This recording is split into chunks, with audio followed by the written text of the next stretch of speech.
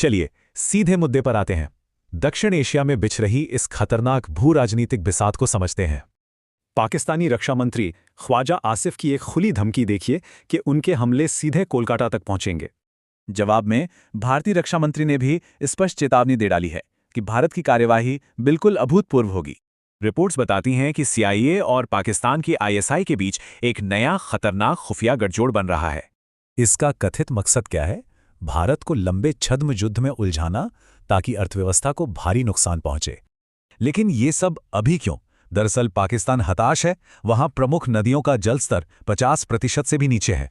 इसके अलावा भयंकर घरेलू संकट हैं, गेहूं की फसलें बर्बाद हैं और तेल भंडार सिर्फ 10 दिन का बचा है।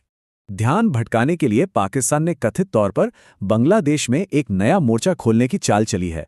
दावों के अनुसार भारत का ध्यान बांटने के लिए बांग्लादेश में सक्रिय ISI जासूस और IS मॉड्यूल पकड़े गए हैं।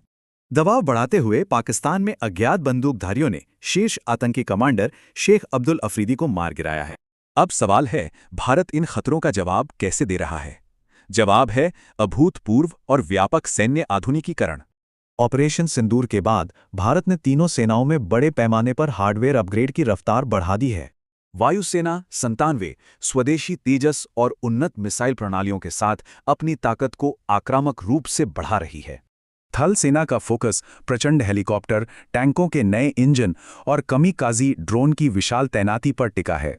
नौसेना भी राफेल M, स्टिल्थ फ्रिगेट्स और पनडुब्बी रोधी हेलीकॉप्टरों से समुद्री सीमाओं को पूरी तरह सुरक्षित कर रही हैं। Bharat laser anti drone system और AI आधारित स्मार्ट सीमा निगरानी नेटवर्क के साथ भविष्य के युद्धों की तैयारी कर रहा है। आत्मनिर्भरता की रणनीति बिल्कुल साफ है। रक्षा बजट का 75% हिस्सा अब सीधे घरेलू कंपनियों के लिए आरक्षित है। ये 1.39 लाख करोड़ रुपए का निवेश पक्का करता है कि भारत अब विदेशी हथियारों का मोहताज बिल्कुल नहीं रहेगा। आखिर में बड़ा सवाल, क्या ये तेज आधुनिकीकरण शांति लाएगा या किसी भयानक क्षेत्रीय टकराव की नींव रख देगा?